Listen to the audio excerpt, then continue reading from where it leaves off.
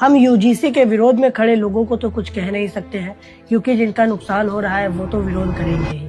लेकिन मोदी जी एक मंच से कह रहे थे कि हमें रील्स में बहुत गालियां पड़ती हैं। कोई ना मोदी जी, हम आ गए हैं तारीफ करने के लिए, क्योंकि आपने और आपकी सरकार ने इस बार काम ही तारीफ करने योग्य किया है। पहले तो मुझे लगता था कि सरकार इतनी नजदीकी से छात्रों की समस्याओं को देखती ही नहीं होगी। भला है कि सही समय पर आंखें खुल गई और यूजीसी के नए बदलाव ने मेरे इस भ्रम को तोड़ दिया। चाहे लोग जितना कहें कि अब कहाँ होता है एसटी, एससी, ओबीसी और मुस्लिम छात्रों के साथ रेसिज्म, अब तो रैगिंग भी बंद हो गई है। लेकिन ये कोई ग्राउंड रियलिटी नहीं है। मैं तो यूनिवर्सिटी और कॉलेज में जाकर छात्रों से मिलता रहता हूँ। छात्रों ने मुझे बताया कि रेसिज्म तो कॉलेज में एंट्री लेने से ही शुरू हो जाता है, जब वो एडमिशन का फॉर्म जमा करते हैं।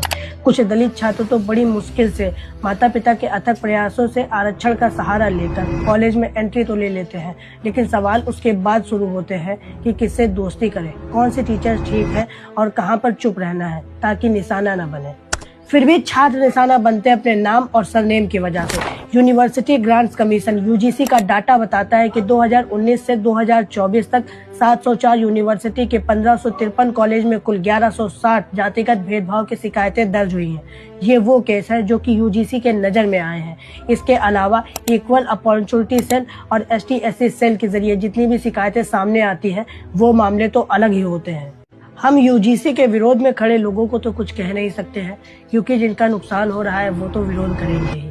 लेकिन मोदी जी एक मंच से कह रहे थे कि हमें रील्स में बहुत गालियां पड़ती हैं।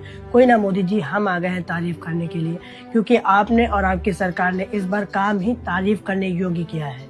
पहले तो मुझे लगता था कि सरकार इतनी नजदीकी से छात्रों की समस्याओं को देखती ही नहीं होगी। भला है कि सही समय पर आंखें खुल गई और यूजीसी के नए बदलाव ने मेरे इस भ्रम को तोड़ दिया।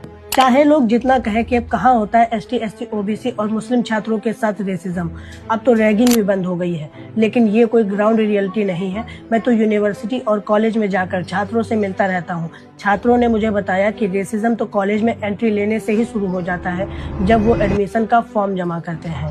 कुछ दलित छात्र तो बड़ी मुश्किल से माता पिता के अथक प्रयासों से आरक्षण का सहारा लेकर कॉलेज में एंट्री तो ले लेते हैं, लेकिन सवाल उसके बाद शुरू होते हैं कि किससे दोस्ती करें, कौन से टीचर ठीक है और कहां पर चुप रहना है ताकि निशाना न बने। फिर भी छात्र निशाना बनते हैं अपने नाम और सरनेम की वजह से। यूनिवर्सिटी ग्रांट्स कमीशन यूजीसी का डाटा बताता है कि 2019